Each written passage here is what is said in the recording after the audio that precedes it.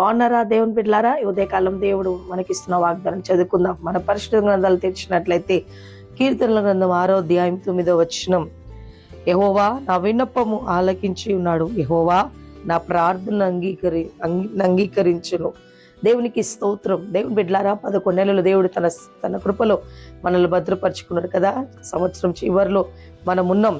ఈరోజు నమ్ము, విశ్వసించు, ఈ వాగ్దానం నీ కొరకే. ఏంటో తెలుసా? యెహోవా నా విన్నపము ఆలకించి ఉన్నాడు. ఈరోజు నువ్వు ఏ అవసరత కొరకు, ఏ అక్కర కొరకు, ఏ ఇబ్బంది కొరకు, ఏ పోరాటం కొరకు ఎన్ని రోజులు నువ్వు ప్రార్థన చేసినావు దేవుని బిడ్డ, ఆయన అంటున్నాడు నీ ప్రార్థన నేను అంగీకరించి ఉన్నాడు. ఆయన మన ప్రార్థన వినే దేవుడు, మన ప్రార్థనలకు జవాబు ఇచ్చే దేవుడు, మన ప్రార్థనకు ఖచ్చితంగా ప్రతిఫలం ఇచ్చే దేవుడు. నమ్ము, విశ్వసించు. అందుకే కింద అంటున్నాడు, యెహోవా నా ప్రార్థన అంగీకరించును. ఆయన అంగీకరిస్తాడు, ఏ ప్రార్థన ఆయన అంగీకరిస్తాడు.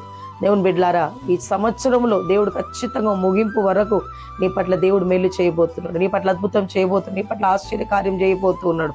ఎందుకంటే దేవుని సన్నిధిలో నువ్వు ఎంతగా దేవుని సన్నిధిలో ఉద్యోగం కొరక, వ్యాపారం కొరక, గర్భఫలం కొరక, నీ కుటుంబంలో సమస్యల కొరక, అది ఏదైనా దేవుని బిడ్డలారా, ఇన్ని రోజులు ఎలా విధంగా ప్రార్థన చేస్తున్నావో ఆ ప్రార్థన దేవుడు అంగీకరించి నీకు జవాబు ఇవ్వబోతున్నాడు.